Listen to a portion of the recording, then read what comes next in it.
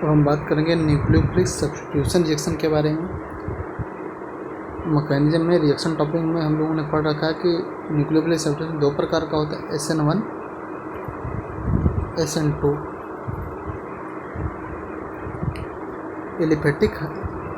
Aliphatic highlight show nucleophilic substitution हमने बात किया था। न्यूक्लियोफिलिक सब्स्टिट्यूशन कौन शो करता है? Aliphatic highlight with weak nucleophile, ध्यान रखना है बात।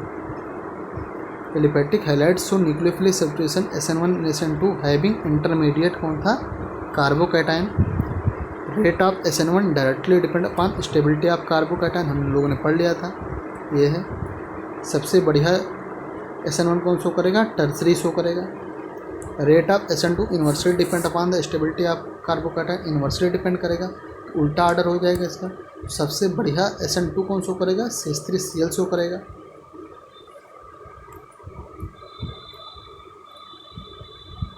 Aliphatic halide are more reactive than aromatic halide. Aliphatic halide ज़्यादा रिएक्टिव होते हैं किससे? Aromatic halide, since aromatic halide participate in resonance, क्योंकि एरोमेटिक हाइलाइट में जो हैलोजन होता है वो रेजोनेंस में पार्टिसिपेट कर जाता है। क्यों? क्योंकि इसके पास लोन पेयर होता है, 3 लोन पेयर होता है, तो इस डबल बॉन्ड और लोन पेयर क्या अल्टरनेट पोजीशन पे आएगा, इसलिए यहाँ रेजोनेंस पाया जाता है। अगर रेजोनेंस पाया जाता है तो वहाँ पे स्टेबिलिटी बढ़ती है, रिएक्टिविटी घटती है, इसलिए एलिफैटिक हाइलाइट ज़्यादा रिएक्टिव होते हैं एरोमेटिक हाइलाइट की अपेक्षा, क्योंकि एरोमेटिक हाइलाइट ज़्यादा स्टेबल होते हैं एलिफैटिक हाइलाइट की अपेक्षा। रिएक्टिविटी का आर्डर है पूरा, सबसे ज़्यादा टर्सरी की रिएक्टिविटी, फिर बेंजाइल, फिर एलाइल, सेकेंडरी, प्राइमरी, बाकी सारे हैं, विनाइल है, सबसे लास्ट में क्लोरोबेंजीन आता है। एक pi bond and halogen are on same carbon, ध्यान देना, अगर पाई बॉन्ड और हैलोजन सेम कार्बन पर आ जाते हैं इट बिकम लीस्ट रिएक्टिव, तो बहुत कम रिएक्टिव होता है, क्योंकि वहाँ पे क्या पाया जाता है? रेजोनेंस पाया जाता है। देखो क्लोरोबेंजीन में यही तो है, पाई बॉन्ड हैलोजन एक ही कार्बन पे पाए जा रहे हैं। अब इसका मतलब ये ना कर दो कि ऐसा भी तो हो सकता है स्ट्रक्चर, तब भी इधर पाया जा रहा है। दोनों पॉइंट में हैलोजन क्या है? पाई बॉन्ड और हैलोजन एक ही कार्बन पे पाया जा रहा है, इसलिए क्या है? स्टेबिलिटी बढ़ गई, रिएक्टिविटी घट गई। ये वो पॉइंट है कि पाई बॉन्ड और हैलोजन एक कार्बन पर पाए जा रहे हैं तो स्टेबिलिटी बढ़ रही है, लेकिन अगर पाई बॉन्ड और लोन पेयर या free electron, positive charge, negative charge अगर एक कार्बन पाए जा रहे हैं वहाँ स्टेबिलिटी घट जाती है। मैकेनिज्म में हम लोगों ने इसकी बात किया है, इसको एक सेम नहीं है, दोनों डिफरेंट पॉइंट है।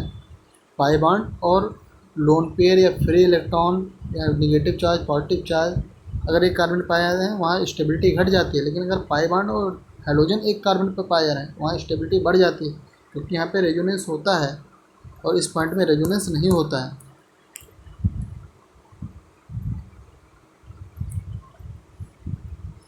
Pi bond and halogen are same carbon, then it become least reactive since halogen is resonance stabilized. If pi bond and halogen are separated by one carbon, ध्यान देना, then they are highly reactive, तो बहुत ज़्यादा reactive हो जाते हैं, क्योंकि अब रेजोनेंस वहाँ पाया नहीं जाएगा। ध्यान देना है बात।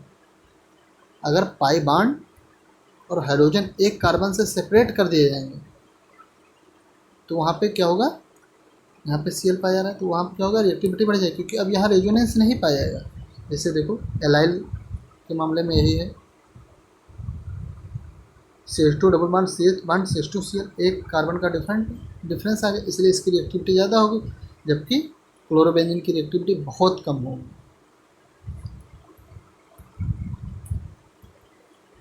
अब हम रिएक्शन के बारे में पढ़ेंगे।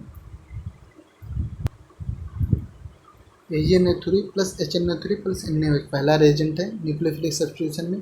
क्या करेगा? हाइलाइट से बनाएगा PPT और AgX का PPT देगा। क्या देगा? AgX का PPT देगा। अगर एल्काइल हाइलाइड है, अगर एथाइल क्लोराइड है, एल्काइल क्लोराइड है, AgCl का PPT आएगा। एथाइल ब्रोमाइड है या एल्काइल ब्रोमाइड का तो अगर AgBr का PPT आएगा। एल्काइल आयोडाइड है तो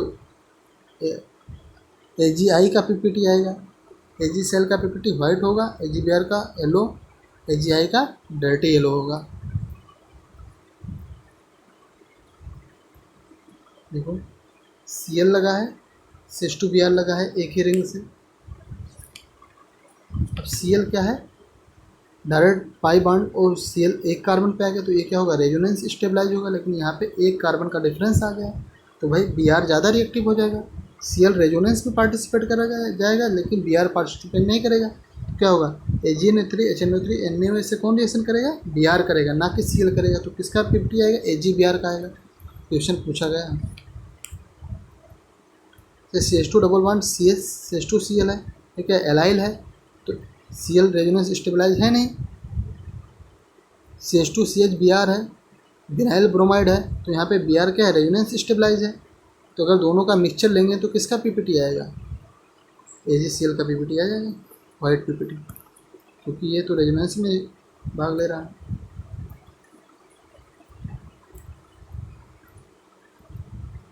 iodoform CHI3 give yellow PPT है ना, iodoform CHI3 give yellow PPT of AgI with AgNO3 due to free iodide ion, क्योंकि इसके पास फ्री आयोडाइड आयन होता है, but not CHCl3 CHBr3 CCl4, जबकि क्लोरोफॉर्म, ब्रोमोफॉर्म, पायरीन ये तीनों PPT नहीं देते हैं, केवल और केवल आयोडोफॉर्म PPT देता है। आयोडोफॉर्म रिएक्शन में इसे पढ़ेंगे, CH3I3 AgNO3 AgI येलो 15।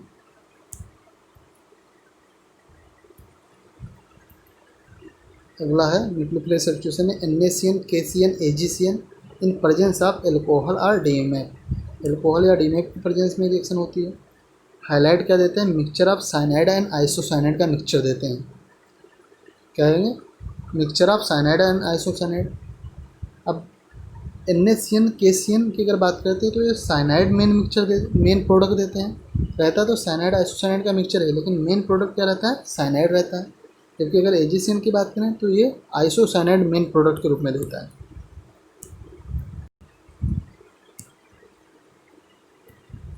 इसके हम पॉइंट की भी बात कर रहे हैं, with halide they give mixture of cyanide isocyanide in presence of alcohol और DMF dimethyl formamide since CN NC are ambident link.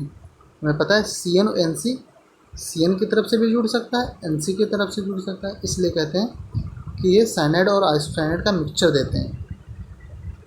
NaCN KCN give main product since they are the polar, ध्यान देना, NaCN and KCN, क्योंकि हमें पता है metal are polar.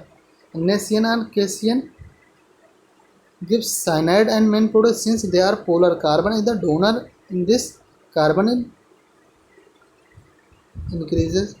अब बात ये आती है कि कैसे साइनाइड प्रोडक्ट देता है, कैसे वो आइसोसाइनाइड प्रोडक्ट देता है, तो ये बात करेंगे केवल नॉन पोलर और पोलर के बारे में। तो इससे हमें ध्यान नहीं देना, हमें ये ध्यान देना है कि NaCN क्या प्रोडक्ट देंगे, साइनाइड मेन प्रोडक्ट देंगे, जबकि AgCN क्या देगा, आइसोसाइनाइड मेन प्रोडक्ट देगा। देखो C2H5Cl है, NaCN से रिएक्शन करेगा, DMF के प्रेजेंस में क्या बना, C2H5CN बनेगा मेन प्रोडक्ट। लेकिन ऐसा नहीं कि हम रिएक्शन में ऐसे लिखेंगे, हमें बगल में लिखना पड़ेगा C2H5NC, इसके ब्रेकअप लिखेंगे मेन प्रोडक्ट। ये क्या है, ये भी प्रोडक्ट है लेकिन ये मेन प्रोडक्ट नहीं है। हम मेन प्रोडक्ट को केवल रिएक्शन में दिखा रहे हैं इस समय। AgCN गिव आइसोसाइनाइड और carbyl amine as main product.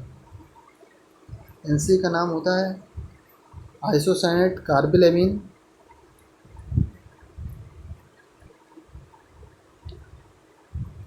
AgCN give isocyanide और carbyl amine as main product since it is non polar और नाइट्रोजन इज डोनर। ये नॉन पोलर और नाइट्रोजन डोनर है, इसमें क्या है, पोलर और कार्बन डोनर है। पॉइंट है, देख लो एक बार, लेकिन इससे ज़्यादा इम्पोर्टेंट नहीं है।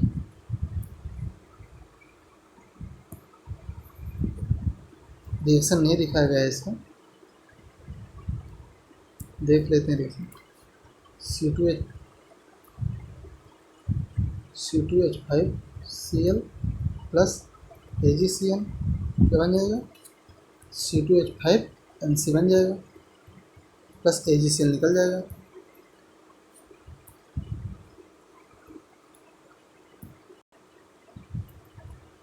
अगला रिएक्शन है NaNO2 KNO2 AgNO2। ये क्या देंगे, हाइलाइट से जब रिएक्शन करेंगे तो ये मिक्सचर देंगे नाइट्राइट एंड नाइट्रो का मिक्सचर देंगे, क्योंकि हमें पता है NO2 साइड से भी जुड़ सकता है और ONO साइड से भी जुड़ सकता है। ये भी एम्बिडेंट लिगेंड है,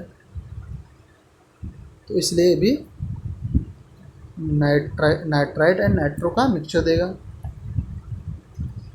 NaNO2 and KNO2 give nitrite main product, जबकि AgNO2 नाइट्रो मेन प्रोडक्ट देंगे। इंपॉर्टेंट रिएक्शन है, दोनों पूछा गया, तो इसमें डिफरेंस है ना कि NaCN KCN क्या देंगे, साइनाइड मेन मिक्सचर देंगे, प्रोडक्ट देंगे। AgCN आइसोसाइनाइड मेन प्रोडक्ट देगा। NaNO2 KNO2 क्या देगा, नाइट्राइट मेन प्रोडक्ट देगा। AgNO2 क्या देगा, नाइट्रो मेन प्रोडक्ट देगा।